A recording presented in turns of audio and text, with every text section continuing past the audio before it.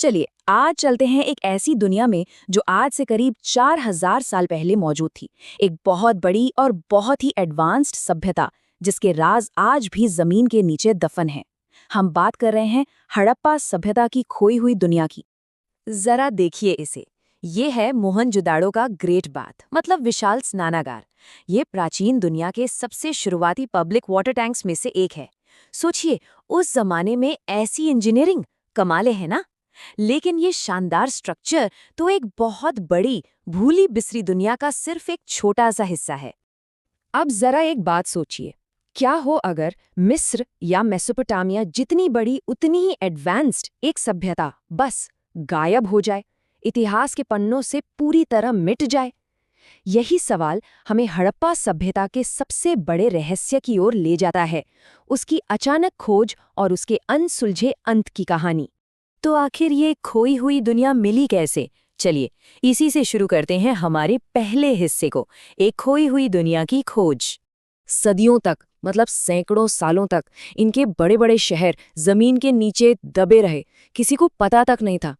ये सोचना भी मतलब कमाल का है कि इतनी बड़ी, इतनी फैली हुई सभ्यता हमारी यादों से पूरी तरह मिट कैसे गई। इस पहेली के टुकड़े ना बहुत धीरे धीरे जुड़े। सबसे पहले 1875 में एक ब्रिटिश आर्कियोलॉजिस्ट को एक अजीब सी मुहर मिली। फिर करीब 50 साल बाद 1921 में हड़प्पा में खुदाई शुरू हुई और फिर 1924 में जाकर दुनिया को बताया गया कि अरे, एक पूरी की पूरी नई प्राचीन सभ्यता मिल गई है। और ये खोज रुकी नहीं है, आज भी धोलावीरा और राखीवड़ी जैसी जगहों पर लगातार नए राज खुल रहे हैं। तो जब इन शहरों को खोदा गया तो आखिर मिला क्या? जो मिला उसने तो सबको हैरान करके रख दिया। तो अब चलते हैं हमारे दूसरे हिस्से में, दुनिया के पहले स्मार्ट शहर। देखिए, ये कोई छोटी मोटी बस्ती नहीं थी। हम बात कर रहे हैं प्राचीन दुनिया की सबसे बड़ी सभ्यताओं में से एक की। इसका फैलाव आज के अफगानिस्तान से लेकर पाकिस्तान और उत्तर पश्चिमी भारत तक था। इसके 5 बड़े बड़े शहर थे, जिनमें मोहनजोदारो, हड़प्पा और राखीगढ़ी जैसे महानगर थे। लेकिन इन शहरों की सबसे हैरान करने वाली बात पता है क्या थी? उनकी प्लानिंग। सब कुछ एकदम ग्रिड पैटर्न में बना था, जैसे आज के मॉडर्न शहर होते हैं। ईंटों का साइज तक स्टैंडर्डाइज था। हर शहर के 2 मेन हिस्से थे, एक ऊंचा किले जैसा गढ़ और नीचे लोअर टाउन आम लोगों के लिए। और सबसे कमाल की बात तो ये है, आज से 4000 साल पहले हर घर में अपना बाथरूम और नालियां थीं। सोच सकते हैं, इनका जो सैनिटेशन सिस्टम था ना, वो अपने समय से सदियों सदियों आगे था। मोहनजोदाड़ो की सड़कों के नीचे ढकी हुई नालियों का पूरा एक जाल बिछा था। घरों की छोटी नालियां मेन नालियों से जुड़ती थीं, जो पक्की हुई ईंटों से बनी थी ताकि पानी लीक ना हो। ये उस जमाने के लिए तो एक तरह की क्रांति थी, है ना। पानी का मैनेजमेंट, ये इनकी जिंदगी का सेंटर था।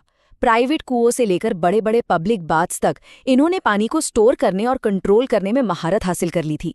ये जो ग्रेट बाथ है ना, जिसका इस्तेमाल शायद किसी धार्मिक काम के लिए होता होगा, ये इनकी इंजीनियरिंग का एक शानदार नमूना है। और अगर आपको लग रहा है कि ग्रेट बाथ बहुत इम्प्रेसिव था, तो जरा रुकिए। हाल ही में धौलावीरा में एक जलाशय मिला है जो इस ग्रेट बाथ से 3 गुना बड़ा है। जी हाँ, 3 गुना। मतलब इनकी इंजीनियरिंग का लेवल ही कुछ और था। तो इतने कमाल के शहरों में आखिर लोग कैसे रहते थे? उनकी जिंदगी कैसी थी? अब हम इसी पर बात करेंगे हमारे तीसरे हिस्से में, डेली लाइफ और कुछ गहरे रहस्य। आर्कियोलॉजिस्ट को खुदाई में जो चीजें मिली है ना, उनसे पता चलता है कि समाज में शायद अमीर और गरीब दोनों तरह के लोग थे।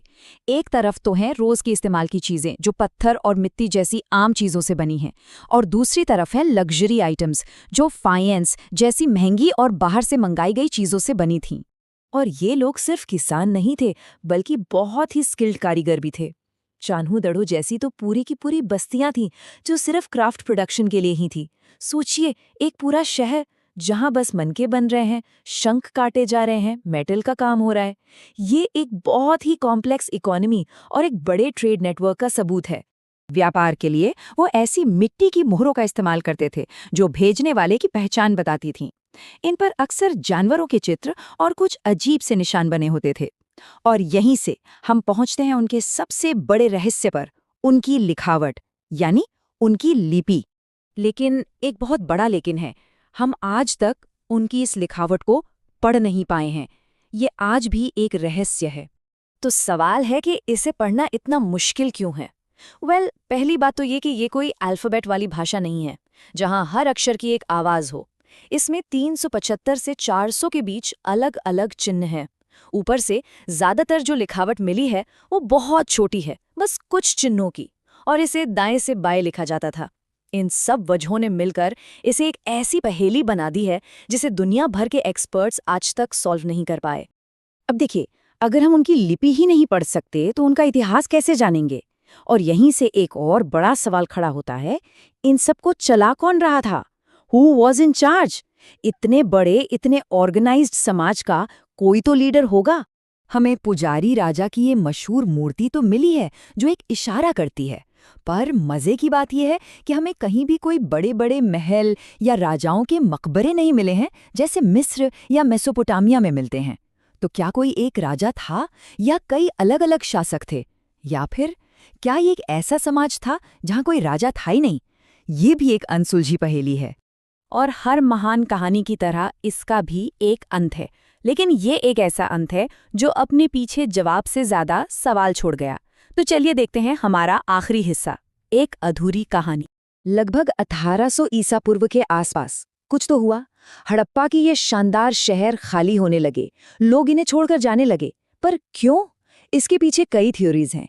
कुछ लोग कहते हैं क्लाइमेट चेंज हुआ होगा, कुछ कहते हैं जंगलों की कटाई हो सकता है विनाशकारी बाढ़ आई हो, या शायद जिन नदियों के किनारे ये बसे थे वे सूख गईं या रास्ता बदल लिया।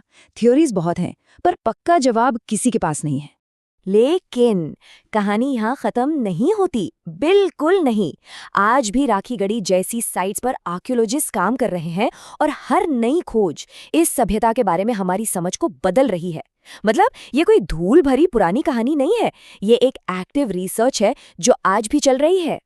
जैसा कि एक महान पुरातत्वविद डीपी अग्रवाल ने कहा था कि हमें नई खोजों से डरना नहीं चाहिए, भले ही वो हमारी पुरानी सोच को बदल दें, क्योंकि नया डेटा हमेशा हमें बदलाव के लिए मजबूर करेगा। और रिसर्च का यही तरीका है, यही तो विज्ञान और खोज की असली स्पिरिट है। तो आखिर में सवाल यही रह जाता है, जमीन के नीचे अभी और कौन कौन से राज दबे हैं जो बस खोजे जाने का इंतजार कर रहे हैं? हड़प्पा सभ्यता की कहानी अभी खत्म नहीं हुई है। हो सकता है इसका अगला चैप्टर कल ही लिखा जाए।